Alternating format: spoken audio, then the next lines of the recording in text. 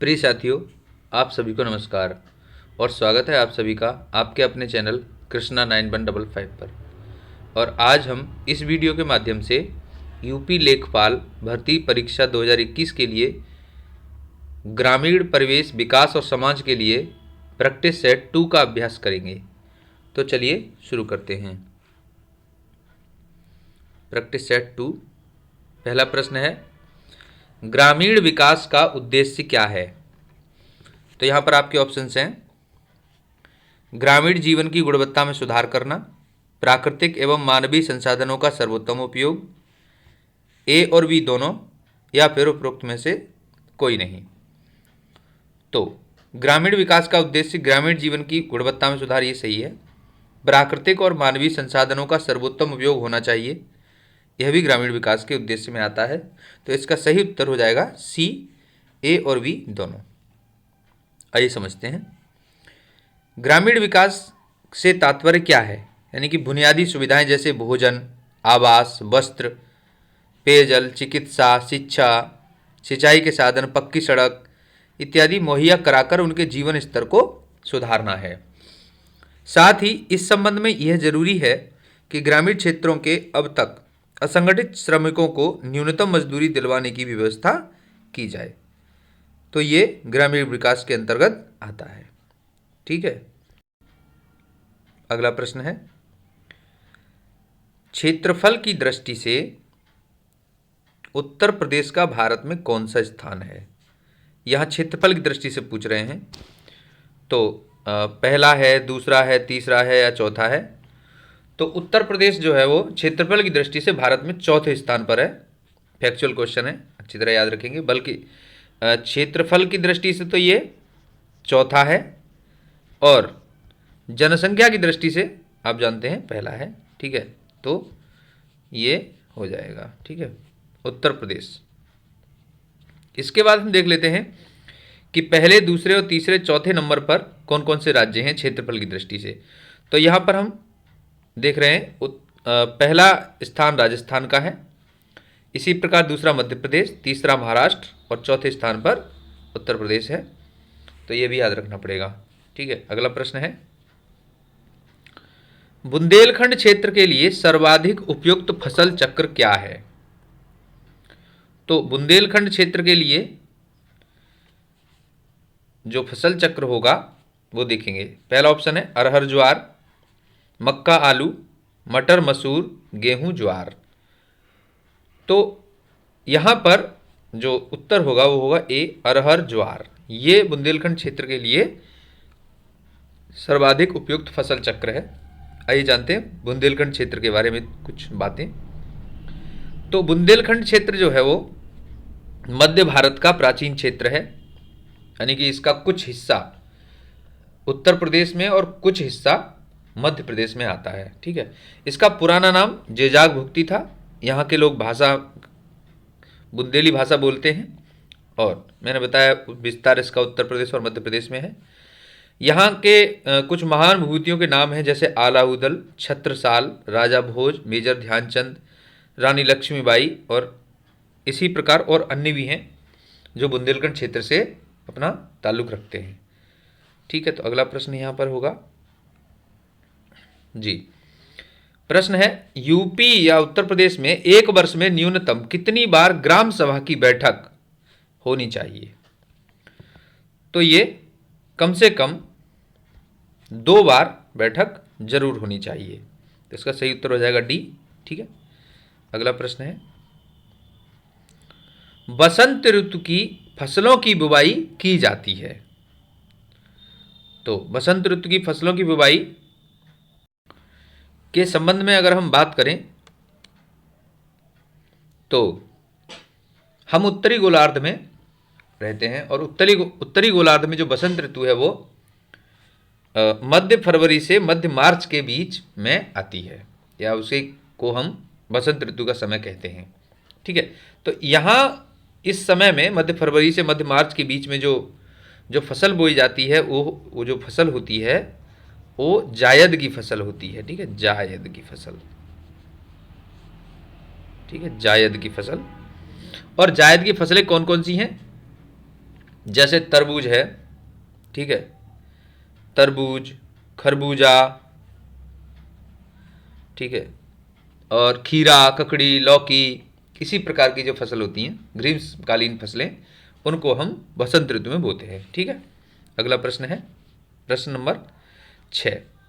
भारत में बहुफसल कार्यक्रम कब शुरू किया गया? बहुफसल यानी कि मल्टी क्रॉप, एक साथ कई फसल उगाने वाली बात है यहाँ पे। तो इसका जो इसकी योजना थी वो 1967-68 में लाई गई थी, योजना लाई गई थी, याद रखेंगे 1967-68 में। ठीक है, और ये लागू की गई या कब शुरू किया गया? 1977-78 में। तो इसका उत्तर हो जाएगा बी। यानी हम ये कह सकते हैं कि हरित क्रांति की शुरुआत की गई थी 1967-68 में, तो उस समय ये कार्यक्रम लागू किया गया था। ठीक है, खाद्यान्न की समस्या से जो है निपटने के लिए। अगला प्रश्न है प्रश्न नंबर 7। इससे पहले भारत में बहुफसल कार्यक्रम के बारे में थोड़ा सा देख लेते हैं। बहुफसल कृषि प्रणाली क्या है? जब किसी खेत में एक वर्ष में 2 या 2 से अधिक फसलें लगाते हैं। बहुफसलीय फसल प्रणाली सघन खेती का ही रूप होता है। कालांतर में खेती मात्र जीविका के एक साधन के रूप में देखी जाती रही है। बहुफसलीय फसल प्रणाली अर्थात सघन खेती ने जीविका पालन के एक धंधे से ऊपर उठाकर व्यावसायिक खेती के स्तर तक पहुंचाया। अब एक खेत में एक साल में एक फसल की जगह 3 या 4 फसलें लगाई जाती हैं। इसी प्रकार खेती से होने वाले शुद्ध लाभ में आशातीत बढ़ोतरी हुई है। ठीक है,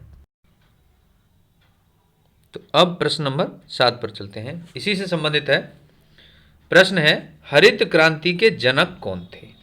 तो यहाँ हरित क्रांति के जनक पूछ रहे हैं, ऑप्शंस भी दिया गया है आपको, doctor A.R. Desai, doctor Marshall, doctor N. Borlaug, या इनमें से कोई नहीं।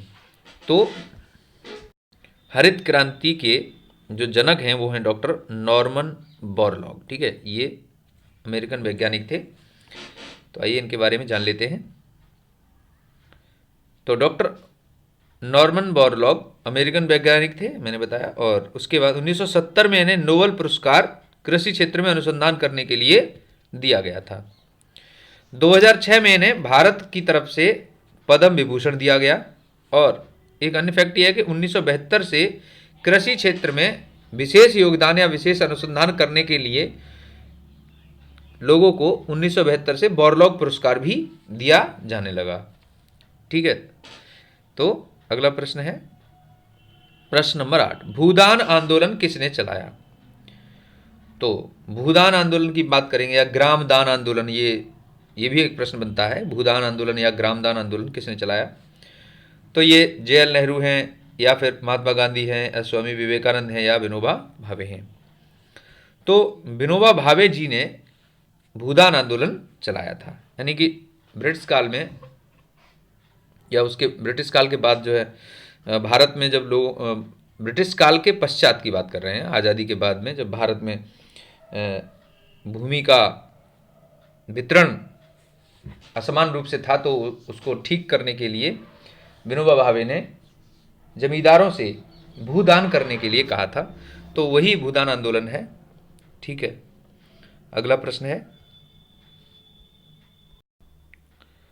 ग्रामीण क्षेत्रों में शहरी सुख सुविधाएं प्रदान करना, ये PURA योजना किसके द्वारा प्रतिपादित है? यानी किसने इस योजना का कॉन्सेप्ट दिया था?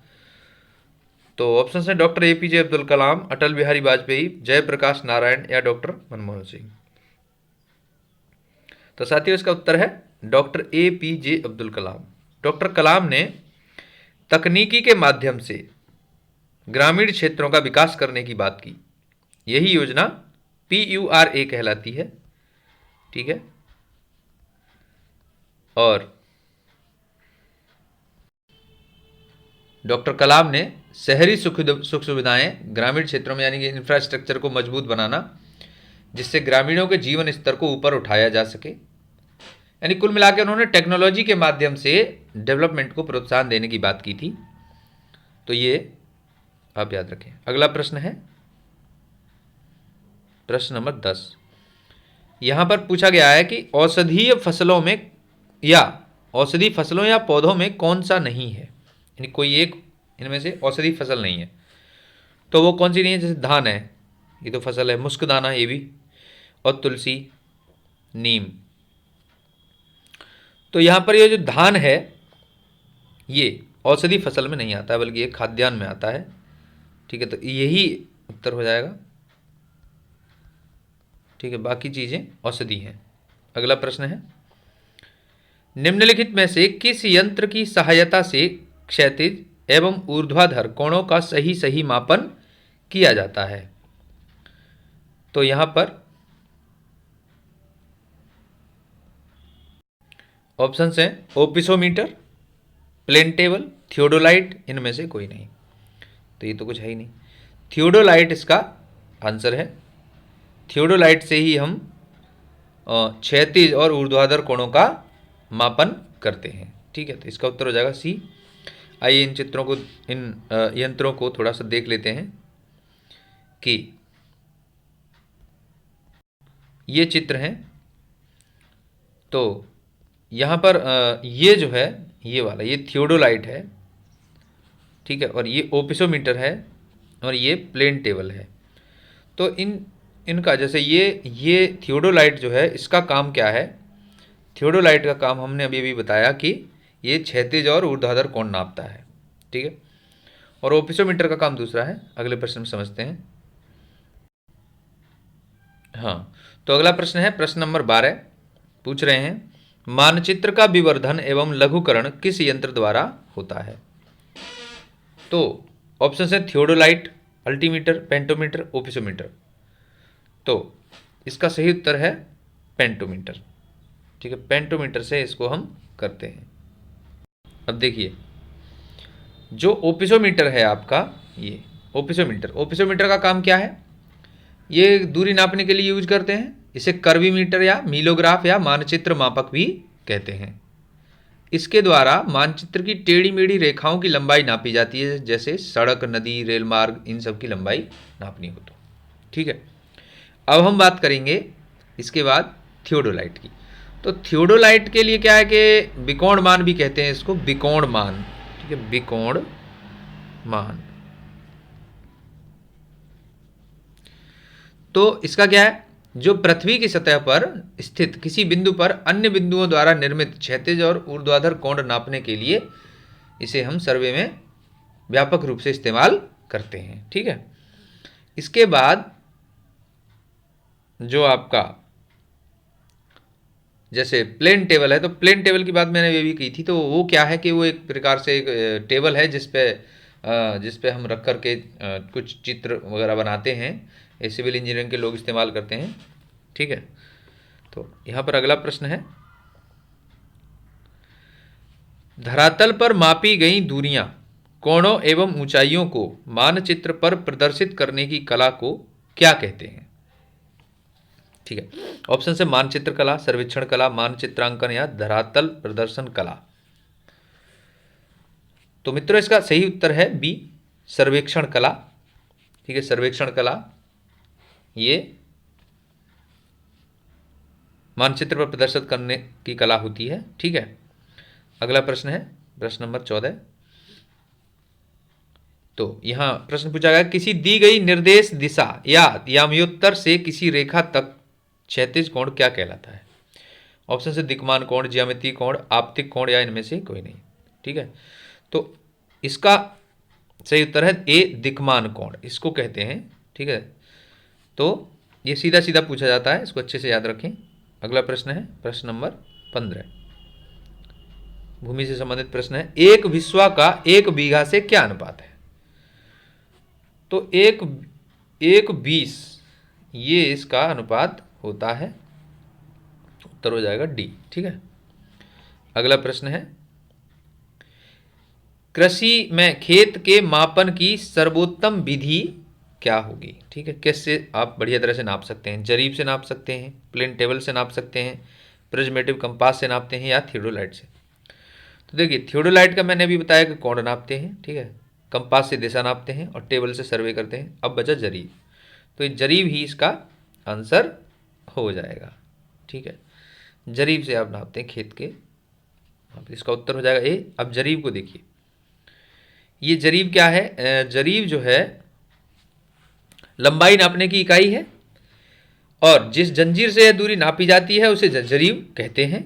एक जरीब की मानक लंबाई 66 फीट या 22 गज अथवा 4 लट्ठे रॉड्स की होती है।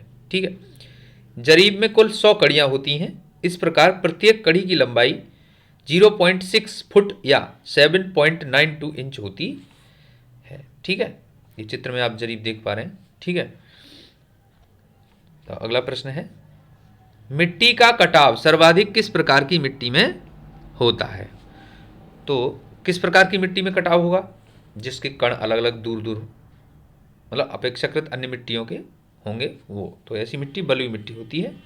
इसका उत्तर हो जाएगा ए। ठीक है, अगला प्रश्न है, एक व्यक्ति के लिए पंचायत का सदस्य बनने की न्यूनतम आयु सीमा कितनी है? तो देखिए, पंचायत का सदस्य बनने के लिए, इलेक्ट होने के लिए तो 21 वर्ष उम्र सीमा निर्धारित की गई है, और ये 18 वर्ष जो है वो वोटिंग राइट होता है।